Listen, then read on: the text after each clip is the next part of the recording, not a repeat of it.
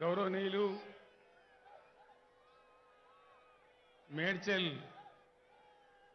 జిల్లా బీఆర్ఎస్ అధ్యక్షులు ఎమ్మెల్సీ శ్రీ శంభీపూర్ రాజు గారు,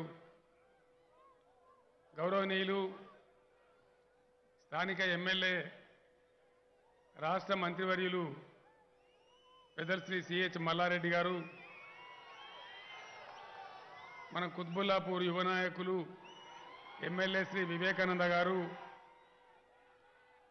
ఎమ్మెల్సీ శ్రీమతి సురభి వాణిదేవి గారు, శ్రీ మధుసూదనాచారి గారు, శ్రీ దేశపతి శ్రీనివాస్ గారు, ZP chairman M Sharath Chandrareddy గారు, శ్రీ నర్రెడ్డి నందారెడ్డి గారు రైతు సమితి అధ్యక్షులు, సామల బుచ్చిరెడ్డి గారు బోడుప్పల్ మేయర్ గారు, శ్రీ జక్కా వెంకటరెడ్డి పీర్జాదిగూడ మేయర్ గారు, శ్రీమతి మేకల కావ్య జవహర్ నగర్ మేయర్ గారు, మున్సిపల్ చైర్మన్లు, జడ్పీటీసీలు, ఎంపీపీలు, ఇతర ప్రజాప్రతినిధులు, బీఆర్ఎస్ పార్టీ నాయకులు, కార్యకర్తలు, మేడ్చల్ నియోజకవర్గ నలుమూలల నుంచి తరలివచ్చినటువంటి అన్నాదమ్ములకు, అక్క చెల్లెలకు అందరికీ నా నమస్కారాలు. రంగారెడ్డి జిల్లాగా ఉన్నటువంటి ఈ ప్రాంతాన్ని పరిపాలనా సంస్కరణలో భాగంగా మనం మేడ్చల్ జిల్లాగా ఏర్పాటు చేసుకున్నాం. ఇక్కడ మంచి కలెక్టరేట్ కూడా నిర్మాణం చేసుకున్నాం. అది కూడా నేనే స్వయంగా ప్రారంభించడం జరిగింది. తెలంగాణ రాష్ట్రమే ఏర్పాటు కాకపోతే, నాడు మనం పోరాటమే చేయకపోతే ఈ మేడ్చల్ జిల్లా అనేదే మనకు దక్కేది కాదు, మనకు వచ్చేది కాదు. నేను ఒక్కటే మాట మీతో మనవి చేస్తా ఉన్నా. మేడ్చల్ నియోజకవర్గం నుండే ఓటర్లు, నాయకులు, కార్యకర్తలు చాలా చైతన్యవంతులుగా ఉంటారు. మీరు హైదరాబాద్ నగరానికి సమీపంలో ఉంటారు. రాజకీయాలు మీరు అనునిత్యం గమనిస్తూ ఉంటారు. ఒక 20 ఏళ్ల క్రితం, 22 ఏళ్ల క్రితం ఉద్యమాన్ని ప్రారంభించిన నాడు అందరూ కూడా దాన్ని నవ్వులాటగా చూసినారు. ఈ తెలంగాణ అయ్యేదా, పోయేదా, జరిగేదా అని మాటలు మాట్లాడినారు. ఆ రోజు వరకు చాలా దిక్కులేని స్థితిలో రాజకీయ భిక్షగాళ్ళలాగా ఈ ప్రాంతంలో ఉన్న ఎమ్మెల్యేలు, మంత్రులు పదవుల కోసం, పైరవుల కోసం నోరు మూసుకొని కూర్చున్న పరిస్థితులు మనం చూసినాం. మీరందరూ కూడా చూసినారు. ఈరోజు కూడా మీ అందరికి గుర్తుండే ఉంటుంది. నా మీద ఎన్ని నిందలు పెట్టినారు, ఎన్ని రకాల అవమానాలు చేసినారు, ఎన్ని రకాల అవహేళనలు చేసినారు. తెలంగాణలో ఉండే నాయకులే, కాంగ్రెస్ పార్టీ వాళ్ళు, ఇతర పార్టీల వాళ్ళు నేను పోరాటం చేస్తూ ఉంటే కనీసం కలిసి రాకపోయినా చాలా అవహేళనలు చేసినారు. వాటన్నిటినీ దిగమింగుకుంటూ, తట్టుకుంటూ, ప్రజలను చైతన్యం చేస్తూ చాలా గొప్పగా మనం 15 ఏళ్ళు పోరాటం చేసినాం. దాని ఫలితం తెలంగాణ రాష్ట్రం రావడం. వచ్చిన తెలంగాణ రాష్ట్రం ఈరోజు ఏ విధంగా మనం ముందుకు పోతా ఉన్నామో మీరందరూ గమనిస్తూ ఉన్నారు. మీకు నేను ప్రత్యేకంగా చెప్పాల్సిన అవసరం లేదు. ఆనాడు కరెంటు లేదు, మంచినీరు లేదు, సాగునీళ్లు లేవు.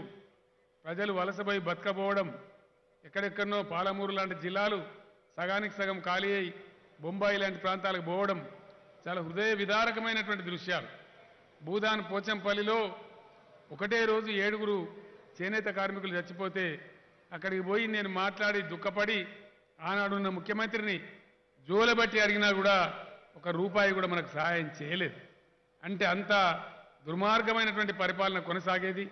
తెలంగాణ ప్రజలు 2వ తరగతి స్థాయి ప్రజల కింద చూడబడుతూ చాలా అవహేళనకు గురవుతూ, అవమానాలకు గురవుతూ ఉండేవాళ్ళం. వాళ్ళ అహంకారానికి పరాకాష్ట.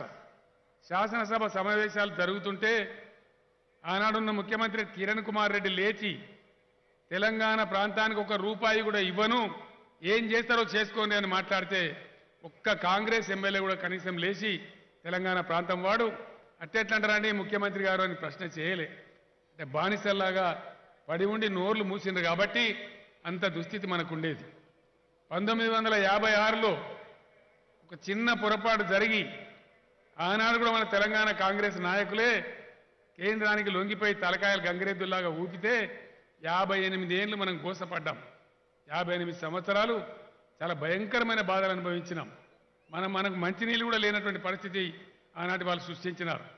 కరెంటు లేనటువంటి పరిస్థితి, కరెంటు కోతలతోని చాలా ఇబ్బందులు జరిగినాయి, మీ అందరికీ తెలుసు. కానీ ఈనాడు మీ అందరి ఆశీర్వాదంతో ప్రజాబలంతో మనం గెలిచిన తర్వాత తెలంగాణ రాష్ట్రాన్ని అనేక రంగాలలో నంబర్ 1గా మనం చేసుకోగలిగినాం. ఇలా పర్ క్యాపిటా ఇన్కంలో తలసరి ఆదాయంలో దేశంలోనే తెలంగాణ నంబర్ 1 పరిస్థితులలో ఉంది. పర్ క్యాపిటా పవర్ యూటిలైజేషన్ తలసరి విద్యుత్ వినియోగంలో తెలంగాణ నంబర్ 1 స్థానంలో ఉంది. మిషన్ భగీరథ స్కీమ్ పెట్టి బ్రహ్మాండంగా ముందుకు పోతే తాగునీటి రంగంలో దేశానికే ఈరోజు తలమానికంగా ఆదర్శంగా మన తెలంగాణ రాష్ట్రం ఉంది. ఇట్లా అనేక రంగాలలో అనేక రాష్ట్రాలు పాత రాష్ట్రాలు ఉన్నప్పటికీ బ్రహ్మాండంగా ఒక ఆదర్శవంతమైన రాష్ట్రంగా దారి చూసే రాష్ట్రంగా మనం ముందుకు పోతా ఉన్నాం. పేదలందరినీ కూడా ఆదుకుంటా ఉన్నాం.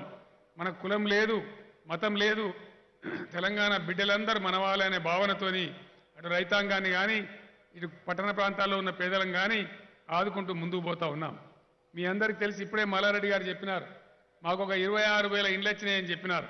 డబుల్ బెడ్రూమ్ ఇండ్లు 9 లక్షలు 10 లక్షలు పెట్టి కడితే దాదాపు ఆ ప్లాట్ల యొక్క విలువ 40 లక్షలు 50 లక్షలు ఉండే ప్లాట్లను వాళ్ళకు ఒక్క రూపాయి కూడా ఛార్జ్ వేయకుండా ఉచితంగానే ఫ్రీగానే వాళ్ళకి అందించే ఘనత తెలంగాణ రాష్ట్రానికి దక్కింది. ఆ కీర్తినే మనవి చేస్తా ఉన్నాం.